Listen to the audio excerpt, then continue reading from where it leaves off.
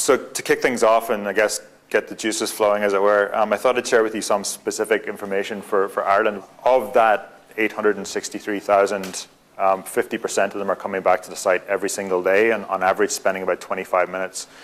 So close to kind of 1 in 5 people are active on Facebook in Ireland. So it's a really, really interesting market for us. I'm going to fly through some of the advertising. So the homepage ad is basically one unit. It's sold on a rate card basis. That pretty much we try to do that really consistently across all of our markets. It's the same product, doesn't vary, and it's the same proposition to advertisers. So the second solution then is the sort of standard ads which appear within the site. We call these ad space units. So these ads are usually in units of 3, and they're sort of more of a cost per click model, or what we call performance ads.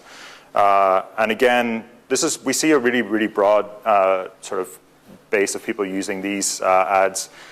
It could be somebody literally just running an event who wants to try and drive social activity around that, has a very small budget and just wants to get it out there and target it, right up to very large brand advertisers again.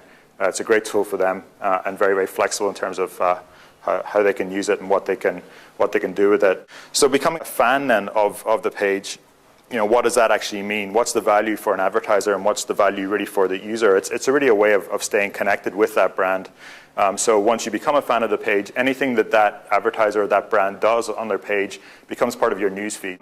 One brand that's done this particularly well is WII, who just have a great website and I guess a great team working on providing really great content on that website. So they pushed this earlier on this year. It was one of the closed beta partners that we work with at the time, and really cool brand for us to work with. Any of you who are a fan with WII are probably seeing this in your newsfeed, but literally leading up to Barcelona, they were posting every day. I think Adam Clayton was doing like a little video diary, posting sort of 20-second, 30-second videos. And you could see straight away there was a huge amount of commentary around that and a huge amount of engagement with it, which was just really cool to see. Pages is something that we spent quite a bit of time on as a company, certainly in the last couple of quarters, maybe to the detriment of some of the other things like groups, which we got a lot of feedback on as well. I think where we see this going is, like, in an ideal world, we'll start to see a lot more built around pages and a lot more richness in terms of what you can do with pages, in terms of functionality, flexibility, and again, making this sort of link up with all the other functionality on the site. So again, making sure that the content that's being published and updated on here is going to Newsstream, making sure people are interacting with it. We've seen maybe a smaller subsection of real power users with events, but it's something that, again, from an advertiser point of view, we like to think of as a really nice sort of weapon in the toolkit. Again, could be a product launch, or it could just be something that you want to create around a brand, and again, you want people to integrate this into their Facebook experience, share it with their friends, comment on it, participate in it, even if it is a virtual event. Platform, as it was only really launched back in May 2007, and I think surprised everybody with the growth. No one really expected this thing to explode in quite the way it did, and it was built by a handful of engineers, which is quite common at Facebook. I think there were literally 3 people who built this platform at the very beginning, and it was one of these things that they didn't really know how big it was going to get, but they knew that there was an opportunity for people to take their identity around the web with them. It shouldn't necessarily all be on Facebook. So that was kind of the driving force initially around things like Connect. There were some there's some talk in the last couple of months about things that we've done with brand new platforms as well, or platforms you wouldn't normally associate with Facebook. So this year there'll be a development on Xbox, which allows you to take that experience, again, when you're connecting with people on a network of friends through a game or otherwise, and bring your friends with you through those experiences as well. So for the DS and for the Wii, will be coming out later on this year. Living Social then is a place where people can share recommendations with friends.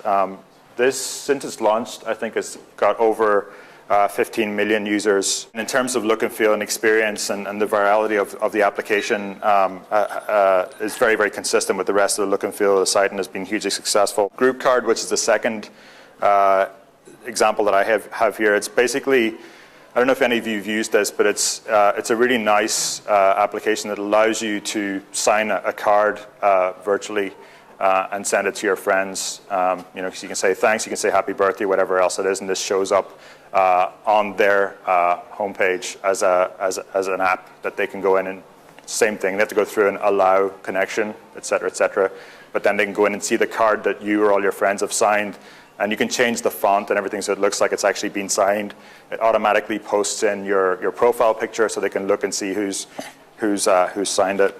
In terms of monetization has been Playfish, which is a gaming company.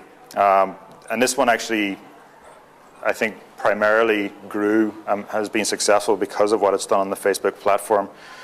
So they have over, I think it's around 80 million unique users per month. And they have, I know that they're on the iPhone as well. And again, estimates are that they probably earned somewhere between 150 to 200 million in 2009 just on these apps alone, on these games alone, sitting on the Facebook platform. So, this whole area I think we're seeing is continuing to evolve. It's really been driven by guys like Playfish, and again, we're seeing that there is an opportunity for people to make money on this. Gaming seems to be today where it's at, but I'm sure that we'll start to see, and I know there are some people here in the audience who I won't name, but they're thinking about building applications, again, to monetize a product within Facebook using this sort of whole social aspect of that. And I'm really excited to see the stuff that's being delivered there and how people are building successful businesses around that.